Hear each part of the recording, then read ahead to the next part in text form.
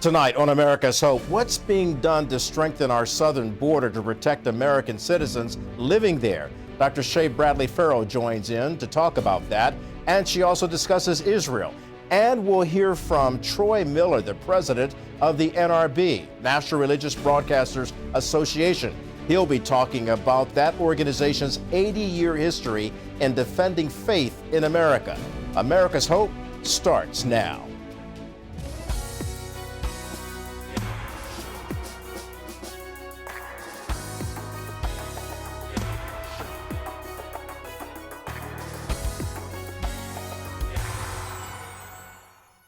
Good evening. From the NTD Global Headquarters in New York, I'm Kelly Wright, and this is America's Hope. We're glad that you could join us this hour as we talk about what's happening along the southern border and how porous it is and how many people illegally are crossing into America and the problems it's causing for people living there. Not only Americans living along the border, but Americans living throughout the entire United States as it's being impacted by the immigration issue. Dr. Shea Bradley-Farrell joins us tonight to weigh in on that. Also tonight, we're going to be talking about faith and the importance of faith in America. It's part of the lexicon of America because it's based in our founding. The right to life, liberty, the pursuit of happiness, one nation under God, indivisible with liberty and justice for all.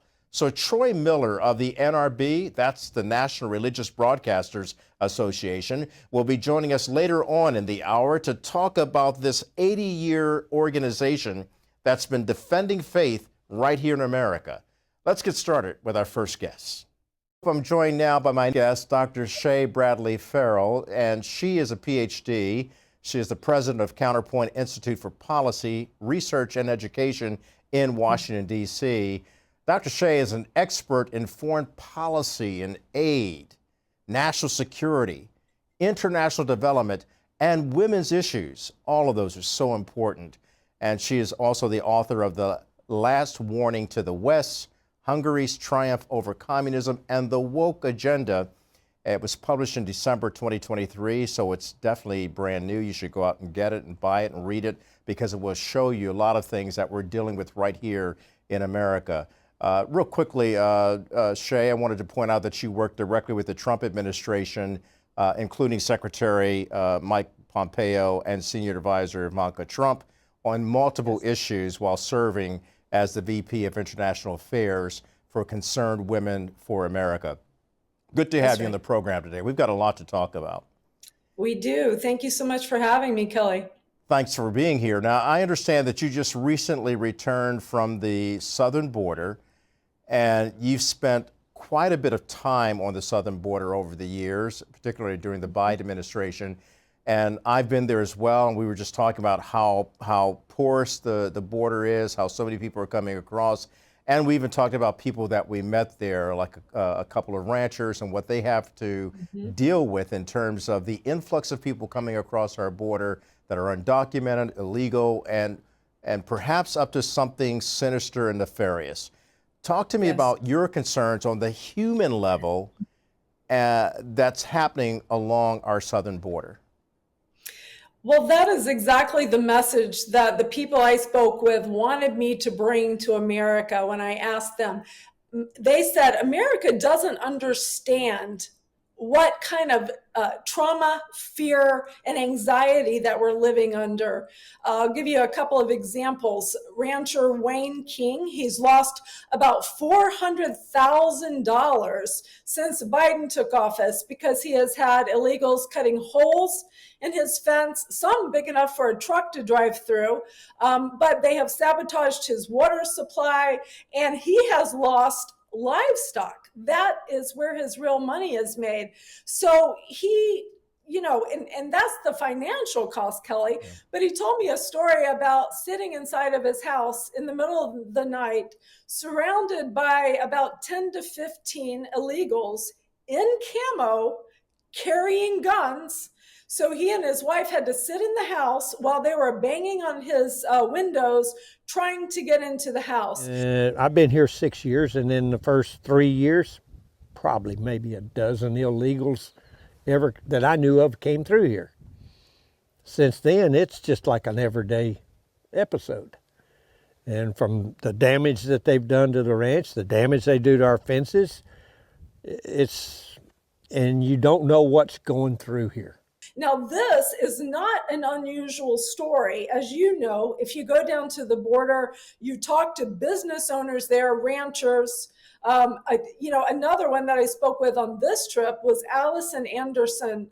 Her husband is a Border Patrol agent, but she has lived on a ranch for years, having to defend her 3 children multiple times from illegal aliens coming onto her property. She's been chased by one that she believed was trying to rape her. And she had to run back into her own house, call the authorities. On a separate occasion, she had 4 surrounding the house, also banging on her windows, demanding to come in, while she had to protect her 3 children under the age of 8 years old. We have had illegals that have tried to surround our house. I've been chased from the brush by an illegal back to my own home. I have had 2 different situations happen where illegals have tried to break into our home. One with my mother being home alone and watching our oldest daughter at the time, and then one where I was home alone with our daughter that was just an infant at the time. And I am, that person that has had to pull a firearm on someone to prevent them from coming into my home. Anyway, I could tell you multiple stories just from her, but these stories are not unusual. I have heard this over the years that I have been coming on the border. What I will tell you, Kelly, because I just got back 2 days ago from the Del Rio area, went west and east.